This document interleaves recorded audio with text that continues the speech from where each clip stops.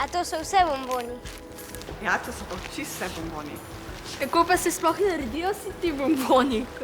Ti bomboni se naredijo s kuhanjem, mešanjem, ohlajanjem in pa oblikovanjem osnovnih surovin. Osnovne surovine bombonov so sladkor, potem glukozni sirup oziroma tekoči sladkor, razni rastlinski in pa sadni izvlečki, ki dajejo okus, barvo bombonom.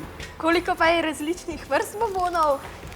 Delamo 4 skupine bombone, in sicer karamelni bombon, trdi bombon, žele bombon in pa žvečilno gumo. A to je ena masa za vse 4 vrste bombonov?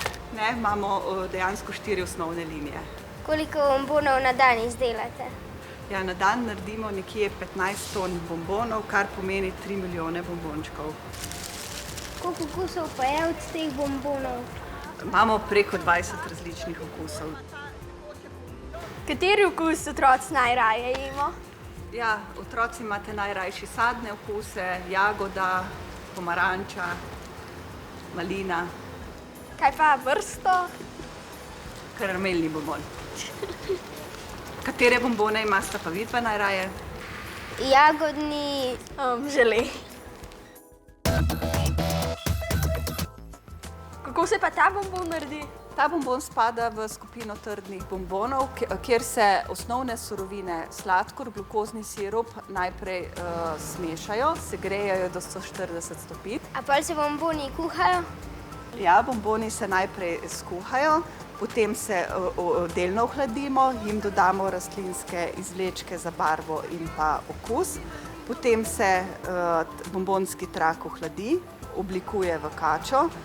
V kačo dajemo tudi tekoče polnilo in potem se na stroju za oblikovanje oblikujejo bombončki. Ta bombon pa je ful bolj mehak, to se isto dela ali kaj drugače. Ta bombon pa spada v skupino karamelnih bombonov, ki se razlikuje od trdih bombonov v tehnološkem postopku, kjer se iz kuhane bombonske masi vpiha zrak in je zaradi tega bombon mehkejši. Nato se enako ohladi, oblikuje in zavije v bombon.